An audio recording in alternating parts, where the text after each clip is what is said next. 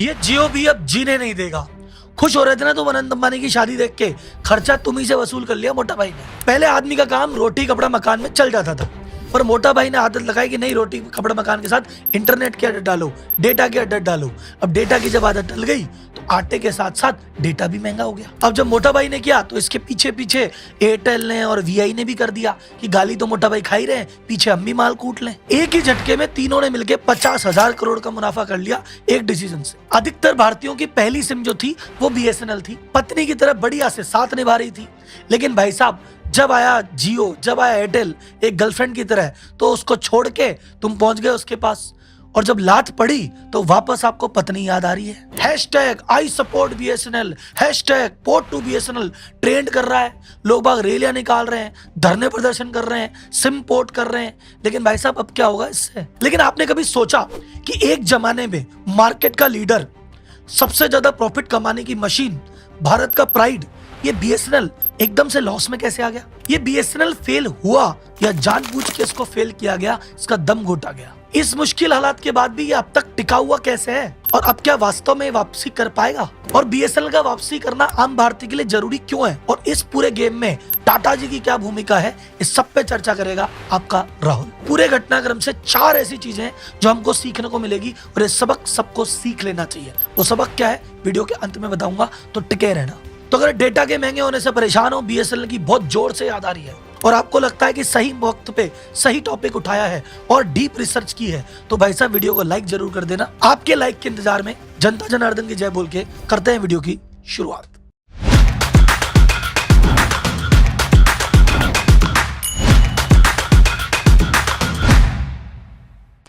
सबसे पहले शुरू करते हैं बीएसएनएल की शुरुआत कैसे हुई। बीएसएनएल की फुल फॉर्म है भारत संचार निगम लिमिटेड। कुछ लोग मजाक में कहते हैं भाई साहब नहीं लगेगा, वो उसकी नहीं है, वो मीम है। इसकी शुरुआत हुई थी अक्टूबर 2000 में। पर्पस सिंपल सा था, देश के कोने कोने तक कनेक्टिविटी पहुंचा दो, आम आदमी आपस में कम्युनिकेशन कर पाए, और भाई साहब ये जो सुविधा है ये सस्ती हो। इस उद्देश्य के साथ बीएसएनएल बाजार में आया, क्योंकि उस समय प्राइवेट कंपनियां पहले ही कम थी, और जो थी वो कहती थी कि भैया हमारा फायदा तो शहर में है, क्योंकि शहर में काम भी आसान है और पैसा भी मोटा है।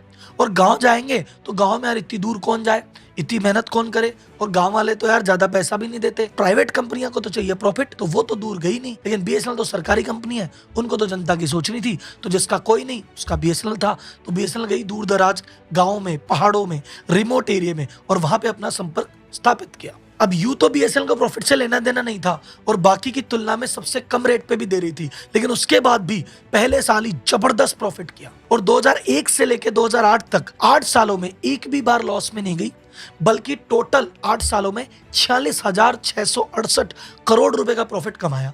ये दूध देने वाली गाय थी भारत सरकार के लिए।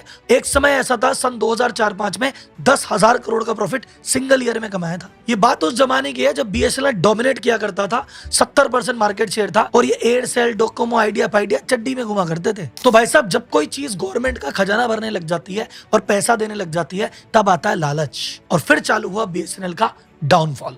इसके 4 कारण थे, एक एक करके समझते हैं। पहला कारण 2007 के आसपास सुगबुगाहट हुई कि भैया जो उस समय के टेलीकॉम मिनिस्टर हैं दयानिधि मारन, उनसे सीबीआई पूछताछ कर रही है। पता नहीं यार क्या बात हो गई, क्या बात हो गई। फिर बाद में मीडिया में खबर निकल के आई कि इन्होंने अपने घर पे बीएसएनएल के बड़े बड़े अधिकारियों की मदद से 323 हाई कनेक्शन की लाइनें हैं अपने घर पे डलवा रखी थी। बोले sir 323 high speed internet connection अपने घर पे क्या कर रहे थे?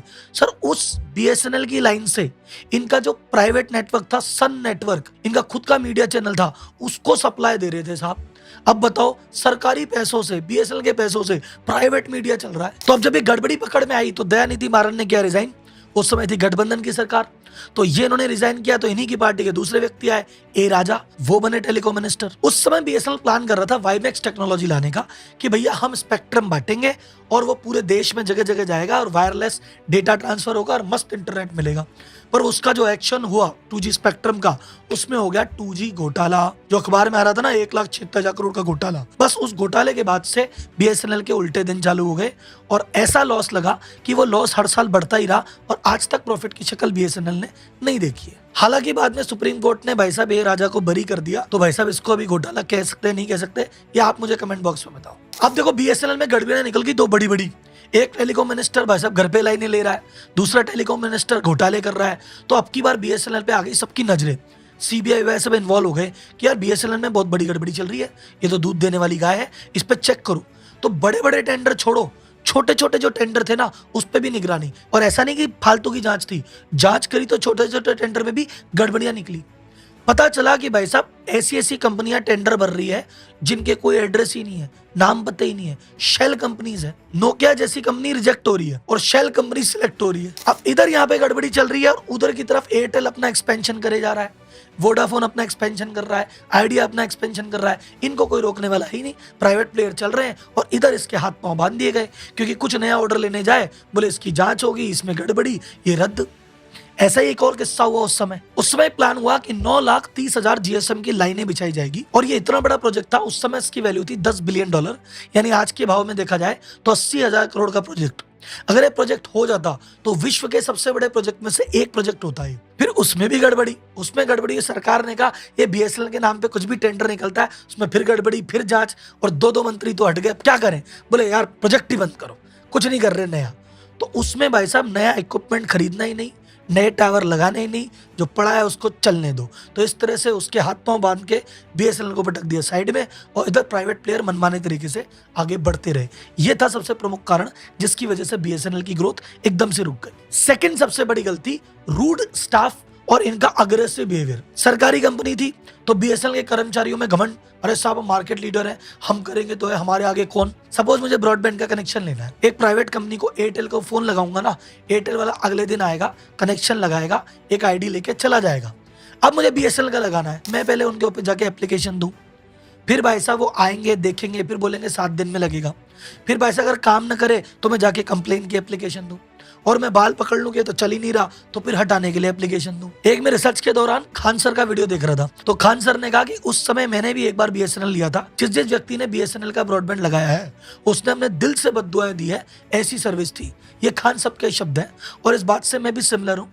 मुझे भी याद है मेरे पहले ऑफिस में मुझे बीएसएनएल का कनेक्शन लिया था तो मैं ऑफिस से ज्यादा बीएसएनएल के ऑफिस बैठता था कि हे भगवान चला दो इसको। तो भाई साहब जनता त्रस्त थी, ऑप्शन ढूंढ रही थी, जैसे ही ऑप्शन मिला जनता कूद पड़ी। तीसरा सबसे बड़ा कारण जो सबको दिख रहा है, जियो की एंट्री। जियो ने आके कहा भैया सस्ता इंटरनेट नहीं, जियो ने आके कहा फ्री का इंटरनेट ले लो, और सुनो 3G नहीं 4G ले लो।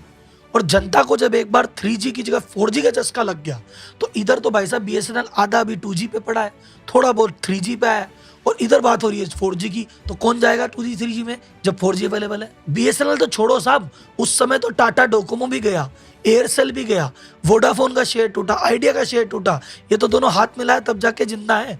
इतनी आंधी आई थी जियो की, तो बहुत सारी ऐसी कंपनियां हैं जो और खत्म हो गई, मुझे अभी नाम याद नहीं आ रहा कौन कौन सा है, मुझे चैट बॉक्स में बताओ। चौथा जो मुख्य कारण था वो भी बीएसएनएल का इंटरनल कारण था, इनकी इनएफिशिएंसी मतलब एक होता है टेक आरपू, आरपू मतलब एवरेज रेवेन्यू पर यूजर, एक यूजर से कितना कमाते हो, ठीक। तो आरपू निकलता है कि भाई शहर में अगर आप काम करोगे तो आपको शहर का आदमी ज्यादा पैसे देगा तो आपका आरपू ज्यादा होगा। अब बीएसएनएल मोस्टली काम करती थी गांव में, दूर दराज में, पहाड़ों में, और सरकारी कंपनी है तो सस्ता रखना जरूरी, तो एक तो इसका आरपू कम था, प्लस इसके खर्चे ज्यादा थे। बीएसएनएल में एक टाइम पे थे 1,70,000 एम्प्लॉय और सबकी मोटी मोटी सैलरी, तो इधर इनकम तो आ रही नहीं और इतने मोटे खर्चे और दो, तो भाई साहब बीएसएनएल की कमर टूटनी तय थी। तो बीएसएनएल क्यों टूटा ये आपको समझ में आ गया, लेकिन बीएसएनएल टूटना नहीं चाहिए ये जरूरी है। तो राहुल जी बीएसएनएल की जरूरत हमको है क्यों, टूट गया तो टूट गया, घनी कंपनी बंद होती है एक और सही नहीं साहब, बीएसएनएल बंद नहीं होना चाहिए। इस बात को भाई साहब आप पकड़ के बैठ जाओ, क्यों अभी बताता हूँ। सबसे पहला कारण तो भैया आपने अभी आंखों के सामने देख लिया, टू कंट्रोल द कंपटीशन। अभी भाई साहब बीएसएनएल खत्म हो गया, प्राइवेट प्लेयर वैसे चले गए, ले दे के 3 कंपनियां बाकी रही है, जियो उसके बाद 40% शेयर है, फिर आ गई एयरटेल उसके बाद 33% शेयर है, उसके बाद आ गई वीआई 10-15% पे वो बैठी है। ये 3 कंपनियां मिलके 90% बाजार लेके बैठी है। ये तीनों मिलके कमरे में जो डिसाइड कर लें वही रेट है। तो इनकी रेट को कंट्रोल करने के लिए इनके मन में डर नहीं है, हम चाहेंगे जो रेट कर लेंगे। जनता के पास ऑप्शन कहाँ है, कहाँ जाएगी जनता।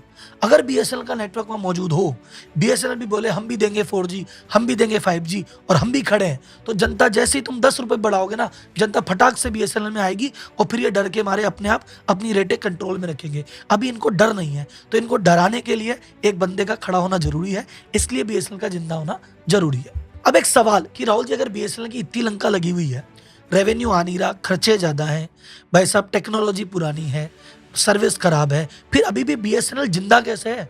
जब डोकोमो खत्म हो गया, एयरसेल खत्म हो गया, तो बीएसएनएल को भी खत्म हो जाना चाहिए। इसके दो कारण है खत्म क्यों नहीं हुआ। पहला कारण भाई साहब दुआओं ने बचा लिया, क्योंकि बीएसएनएल ने ऐसी ऐसे गांव में, ऐसे ऐसे ढाणियों में, ऐसे ऐसे पहाड़ों में कनेक्शन लगा रखा है कि जहां पे ना अभी तक जियो एयरटेल गए हैं, ना ये जाने की सोच रहे हैं अगले 5 साल में। बोले इतनी दूर हम ना जावे, और वहां बीएसएनएल पहुंच गया था उनकी सुविधा देने के लिए। तो भाई साहब वहां कोई है ही नहीं, तो बीएसएनएल की वो सिम तो कभी बंद नहीं होगी। तो इसलिए एक तो खड़ा रहा। दूसरा कारण है बीएसएनएल है सरकारी कंपनी, इसको मिलती है सरकार की बैसाखी। तो मोदी सरकार फंड पे फंड रिलीज करे जा रही है। सरकारी एम्प्लॉय बीएसएनएल के तनख्वाह तो सरकार देगी, रेंट सरकार चुकाएगी, और इन लोगों को इनके टावर के खर्चे निभाएगी। तो सरकार की बैसाखी से इनका काम चल रहा है, और थोड़ा बहुत चल रहा है दुआओं से। अब सबसे बड़ा सवाल जिसका शायद आप इंतजार कर रहे हैं कि राहुल जी ये बात बताओ, ये बीएसएनएल बाउंस बैक करेगा कि नहीं करेगा, ये वापस आएगा कि नहीं आएगा। तो सर जी इसका जवाब है आपकी उम्मीदों को बल देते हुए, हाँ ये वापस आ सकता है। और 4 कारण है जिसकी वजह से मुझे लगता है आ जाएगा। पहला कारण है भाई साहब करंट गवर्नमेंट। मोदी जी पिछले 5-6 सालों में 3 लाख करोड़ से ज्यादा का फंड बीएसएनएल के रिवाइवल के लिए रिलीज कर चुके हैं। यह सरकार को पता है कि भाई साहब चाहे डुबाया किसी ने भी हो, अगर हमारी निगरानी में बीएसएनएल बंद हो गया तो ये जनता माफ नहीं करेगी। तो भाई साहब कुछ भी हो, कैसे भी हो, बीएसएनएल को जिंदा रखना जरूरी है। तो सरकार का साथ तो है। दूसरा जो मुझे सबसे बड़ा भरोसा है वो इस सरकार से, और मोदी जी भी बड़ा भरोसा है, वो है टाटा का भरोसा। जहां मोटा भाई ने और एयरटेल ने 5G लॉन्च कर दिया है, 5G की टेस्टिंग लग रही है, वो कह रहे हैं 3-6 महीने में 5G कर देंगे सब जगह। उधर भाई साहब बीएसएनएल अभी कह रहा है हम तो 4G की तैयारी कर रहे हैं। तो 2024 का टारगेट है कि हम तो 4G लगाएंगे और 2025 में इसको 5G कर देंगे। अब अगर कोई भी बीएसएनएल का व्यक्ति मुझे कहे कि हम तो 2024 में तो 4G करेंगे और 25 में 5G करेंगे, मैं इनकी बात मानो ही ना। लेकिन भाई साहब इस काम का जो ठेका दिया गया है वो दिया गया है रतन टाटा जी की कंपनी टीसीएस को। 15,000 करोड़ का कॉन्ट्रैक्ट टीसीएस को दिया गया है। और जब टीसीएस ये कहती है कि हम जिम्मेदारी लेते हैं, 2024 तक लगा देंगे सब जगह, और हार्डवेयर वही रहेगा, सॉफ्टवेयर में जरा सा अपडेट करोगे 4G ही 5G हो जाएगा, तो मुझे टाटा का भरोसा है कि भाई साहब टाटा कर देगी। तो अगर आपको भी लगता है कि यार टाटा का भरोसा है, तो एक हैशटैग चलाते हैं आप लोग, देखते हैं आप और मैं में कितना दम है। हैशटैग टाटा का बीएसएनएल। तो देखते हैं साहब टाटा को और बीएसएनएल को अपना कितना समर्थन है, क्योंकि आवाज तो उठानी पड़ेगी। अगर आपने आज आवाज नहीं उठाई तो फिर ये जियो का जो आज डेटा है कल रेट डबल भी हो जाएगी, कर क्या लेंगे। तीसरा कारण है एफिशिएंसी। एफिशिएंसी मतलब गवर्नमेंट को समझ में आ गया है 1,70,000 जो आदमी है इसका बोझा हम नहीं उठा पाएंगे, तो उन्होंने वीआरएस की स्कीम निकाली है। तो बहुत सारे ऐसे व्यक्ति जो उस समय के थे, जो आपको रूड बिहेवियर लग रहा है, बहुत सारे ऐसे लोग उस समय के रिटायर हो गए। बहुत सारे ऐसे लोग हैं जिनको पकड़ पकड़ के सरकार ने वीआरएस दे दिया। अभी जो नई भर्ती हुई है वो भाई साहब इस गलती से सीख चुके हैं कि भाई साहब क्योंकि लॉस में गई, इतने लोगों को वीआरएस लेना पड़ा, तो अब शायद इनको अक्ल ठिकाने आ गई है और अब वो रूड बिहेवियर नहीं देखने को मिलेगा और शायद अब एफिशिएंसी से काम करने लगे। ये मुझे थोड़ी सी उम्मीद है। चौथा जो सबसे इंपॉर्टेंट कारण लग रहा है, जिस चक्कर में मैं वीडियो बना रहा हूं, भाई साहब पब्लिक सपोर्ट में उतर गई है। पब्लिक पहले बीएसएनएल को इग्नोर करके बैठी थी और भाई साहब फ्री के लालच में जियो के पास घुस गई थी, एयरटेल के पास घुस गई थी। अब इनको जब लात पड़ी है तो इनको समझ में आ गया कि प्राइवेट प्लेयर किसी के सगे नहीं है, निहाल तो भैया बीएसएनएल ही करेगा। तो एक गुस्सा आ गया है जियो के प्रति, एयरटेल के प्रति। लोग बाग पोर्ट कर रहे हैं, लोग बाग दूर जा रहे हैं, एक मन में खटास सी है। और जैसे पहले बीएसएनएल का ऑप्शन ढूंढ रहे थे कि बीएसएनएल से दुखी है कोई और मिले तो जाए, अब इनका ऑप्शन ढूंढ रहे हैं। तो अगर भाई साहब अब बीएसएनएल मौके पे चौका लगा गया तो एक बार में पूरा मार्केट शेयर खींच ले जाएगा। जैसे भी बीएसएनएल ने एक प्लान लॉन्च किया है 1515 रुपए में साल भर का प्लान। लो बताओ, ऐसा प्लान अवेलेबल ही नहीं है किसी भी कंप्यूटर के पास। अब इसके चक्कर में बहुत सारी पोर्टिंग हो सकती है। तो सर अगर बीएसएनएल रिवाइव कर गया तो फ्यूचर क्या होगा? फ्यूचर में या तो जियो को और एयरटेल को अपनी रेट गिरानी पड़ेगी, और अगर नहीं भी गिराई तो भविष्य में अगले 2-5 साल तक बढ़ाने की तो सोचेंगे ही नहीं। अब इस पूरे प्रकरण में 4 बातें सीखने को मिलती है, और ये 4 बातें भैया गांठ बांध के रख लेना, नहीं तो जिंदगी तुम्हें लेसन सिखा रही, सीख लो, नहीं तो फिर लात मारेगी। तो पहली बात, किसी भी चीज की आदत मत डालो। आज तुम्हारा फायदा क्यों उठाया जा रहा है, शोषण क्यों हो रहा है, तुम्हारी आदत पड़ गई, बिना उसके रह नहीं पाओगे, इसीलिए तो हो रहा है। तो आदत पड़ी तो मरे, इसलिए किसी चीज की आदत नहीं डालनी। दूसरी लर्निंग, जिंदगी में कुछ भी फ्री नहीं मिलता। अगर तुम्हें कुछ फ्री दिया जा रहा है तो तुम्हारा आज नहीं तो कल, ऐसे नहीं तो वैसे, कहीं ना कहीं पे भार तो तुम पे आने ही वाला है। तो पहले फ्री की सिम लेके उछल रहे थे, अब सबक मिल गया। तो कोई भी आदमी कुछ सस्ता दे, फ्री में दे, तो ये सोच के मत देखना कि मजे आ गए, वो मजा तुमसे ही वसूला जाएगा। तीसरा, ये चीज अपन को बीएसएनएल से सीखने को मिलती है कि अपग्रेड करोगे तो जिंदा रहोगे। जब दुनिया 2G से 3 पे गई, 3 से 4G पे, 4G से 5G पे, और बीएसएनएल नहीं जा पाया, तभी तो उसकी हालत खराब है। मान लो कितना करप्शन हो रहा है, कितने ही एम्प्लॉई हैं, लेकिन अगर ये साथ के साथ 3G 4G 5G जाता तो भाई साहब बीएसएनएल के इतने बुरे दिन तो नहीं आते, क्योंकि ये बदला नहीं, इसलिए मारा गया। और चौथा, last but not the least, ज्यादा घमंड ठीक नहीं है। ज्यादा घमंड रावण का ही नहीं रहा। तो जियो एयरटेल को लग रहा हम ही मार्केट के बादशाह हैं, चाहे जो कर लें। भाई साहब ये घमंड भी टूटेगा, बीएसएनएल को वापस आने दो। तो भाई साहब वीडियो यहाँ पे होता है खत्म, लेकिन अपना काम खत्म नहीं हुआ है। अभी ट्विटर पे जाना है, हैशटैग टाटा का बीएसएनएल डालना है, अपने विचार डालना है और नंबर 1 इसको ट्रेन कराना है। ठीक है, अगली वीडियो में अगले मुद्दे को लेके फिर आएंगे। तब तक के लिए राम राम भाई, जनता जनार्दन की जय हो।